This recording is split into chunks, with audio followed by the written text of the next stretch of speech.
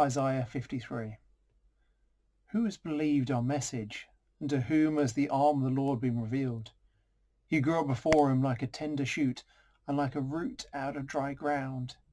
He had no beauty or majesty to attract us to him, nothing in his appearance that we should desire him.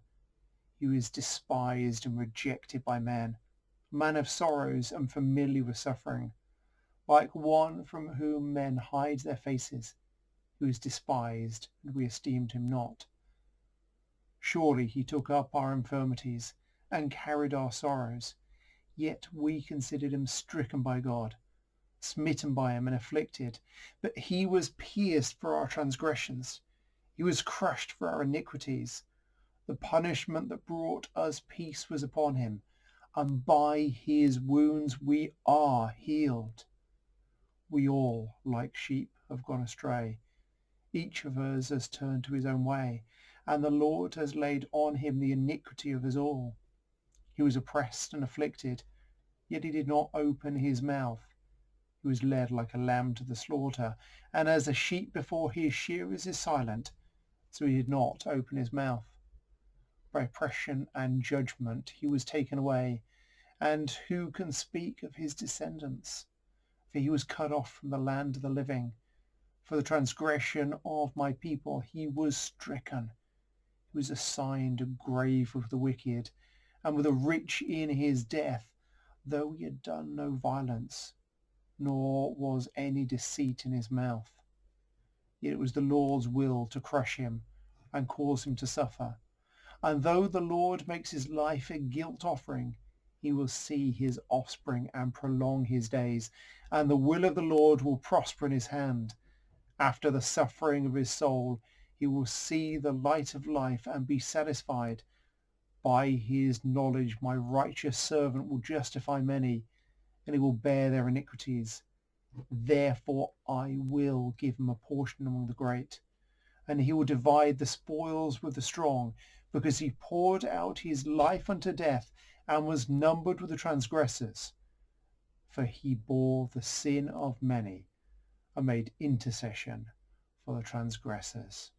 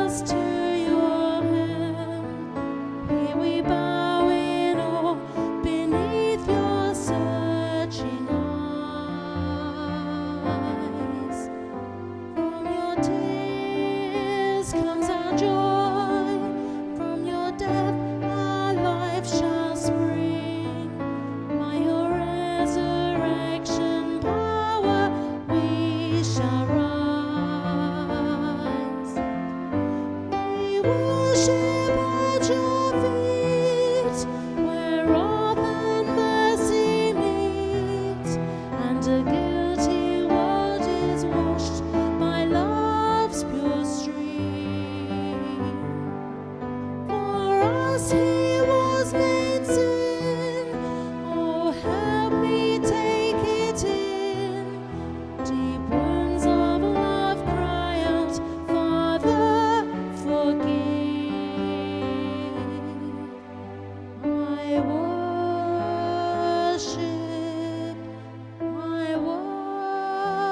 worship the Lamb who was slain.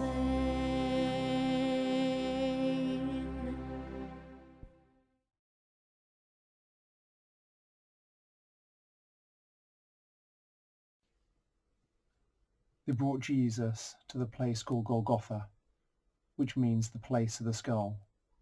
Then they offered him wine mixed with myrrh, but he did not take it. And they crucified him. Dividing up his clothes, they cast lots to see what each would get. It was the third hour when they crucified him. The written notice of the charge against him read, "The King of the Jews." They crucified 2 robbers with him, one on his right and one on his left. Those who passed by hurled insults at him, shaking their heads and saying, "So, you who are going to destroy the temple and rebuild it in 3 days, come down from the cross and save yourself." In the same way, the chief priests and the teachers of the law mocked him among themselves. "He saved others," they said, "but he can't save himself. Let this Christ, this King of Israel, come down now from the cross, that we may see and believe." Those crucified with him also heaped insults on him. At the 6th hour, darkness came over the whole land until the 9th hour. And at the 9th hour, Jesus cried out in a loud voice, "Eloi, Eloi, lama sabachthani," which means, my God, why have you forsaken me?" When some of those standing near heard this, they said, "Listen, he's calling Elijah." One man ran, filled a sponge with wine vinegar, put it on a stick and offered it to Jesus to drink. "Now leave him alone. Let's see if Elijah comes to take him down," he said. With a loud cry, Jesus breathed his last. The curtain of the temple was torn in two from top to bottom.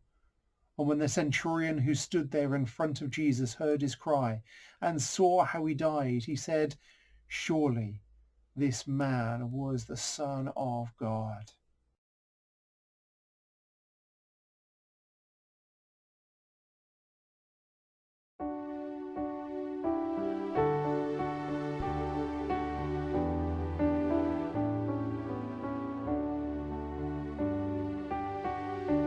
When I survey the wondrous cross on which the Prince of Glory died, my richest gain I count but loss and poor content on all my pride. Forbid it, Lord, that I should boast, save in the death of Christ my God. All the vain things that charm me most, I sacrifice them to his blood.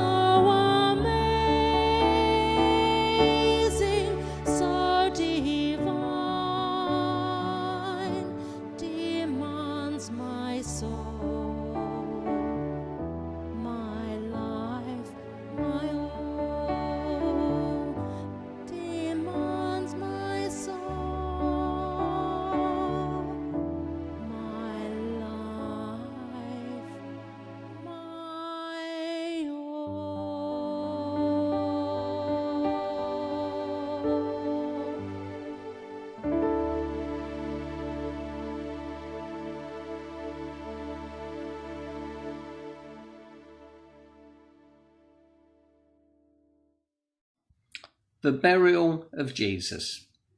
Later, Joseph of Arimathea asked Pilate for the body of Jesus. Now, Joseph was a disciple of Jesus, but secretly, because he feared the Jewish leaders, with Pilate's permission, he came and took the body away. He was accompanied by Nicodemus, the man who earlier had visited Jesus by night.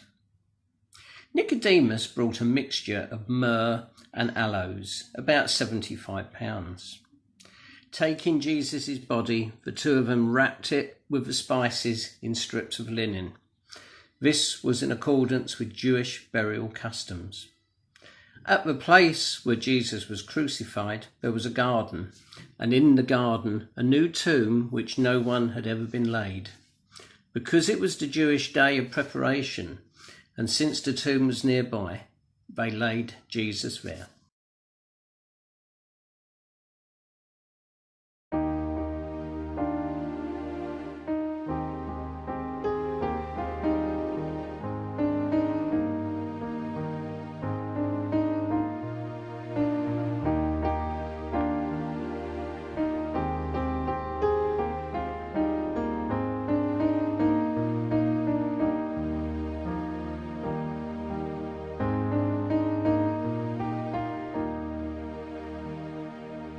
Jesus Christ, I think upon your sacrifice. You became nothing, poured out to death.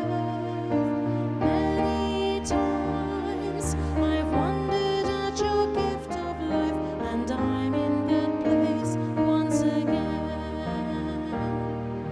I'm in that place once again. And once again I look upon the cross where you died. I'm humbled by your mercy and I'm broken inside. Once again I thank you. Once again I pour out my life.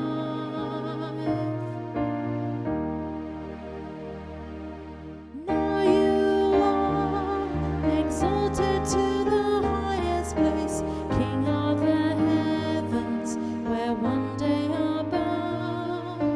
But for now, I marvel at this saving grace, and I'm full of praise once again.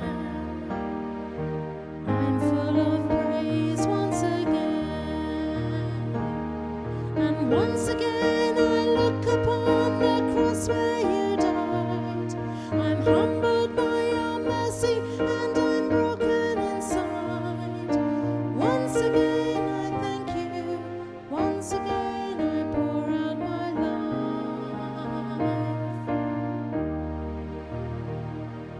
Thank you for the cross.